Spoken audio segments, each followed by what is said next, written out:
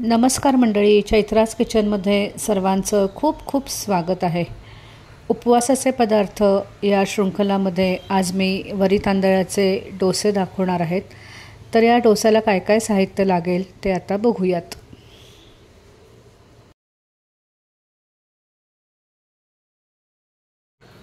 हे डोसे बनवण्याकरता आपल्याला वरीचे तांदूळ आणि साबुदाणा हे दोन्ही लागणार आहेत।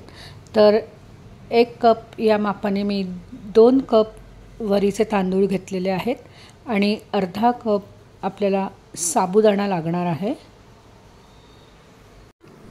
मिक्सरच्या भांड्यामध्ये मी वरीचे तांदूळ घातलेले आहेत आणि आता त्याच्यामध्ये साबुदाणा घालत आहे। हे दोन्ही आपल्याला मिक्सरमधनं वाटून घ्यायचं आहे आणि त्याची पावडर करून घ्यायची आहे। साबुदाणा आणि वरी याची पावडर तयार झालेली आहे। साधारण अशी रवाळ पावडर असेल ती।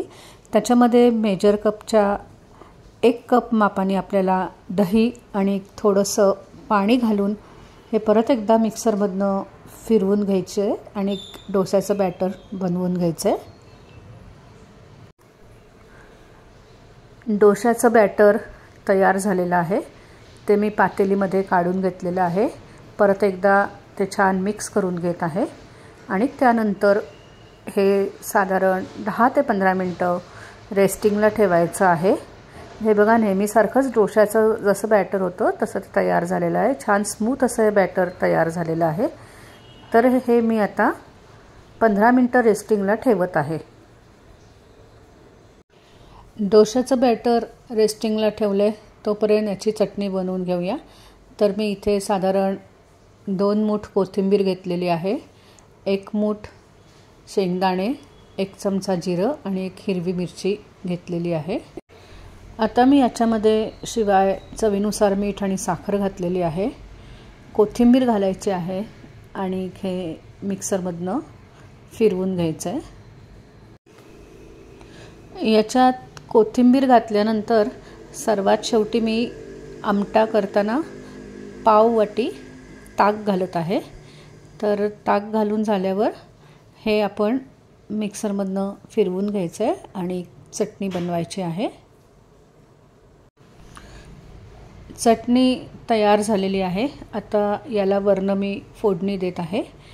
तर 1 टेबलस्पून तुपामध्ये मी जिरं, हिरवी मिरची आणि कढीपत्ता घालून त्याची मी छान फोडणी करून घेतली आणि ही फोडणी आता या मी चटणीमध्ये घातलेली आहे। मस्त डोशाची चटणी पण तयार झालेली आहे आणि 15 मिनिटंसुद्धा होऊन गेलेले आहेत। तर आता डोसे बनवायला सुरुवात करूयात। 15 मिनिटं होऊन गेलेले आहेत। आता डोसे घालायला सुरुवात करूया।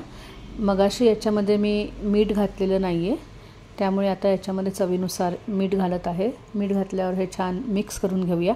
मिठाव्यतिरिक्त याच्यामध्ये बाकी काहीच घालायची गरज नाही, ना इनो घालायची गरज आहे, ना सोडा घालायची गरज आहे। तर हे छान आता मिक्स झालेलं आहे। आता आपण डोसे करायला सुरुवात करूयात। पॅन गरम झाल्यावर त्याच्यावर मी हे डोस्याचं बॅटर घालून डोसा बनवून घेतला। छान डोस्याला जाळी सुटलेली आहे।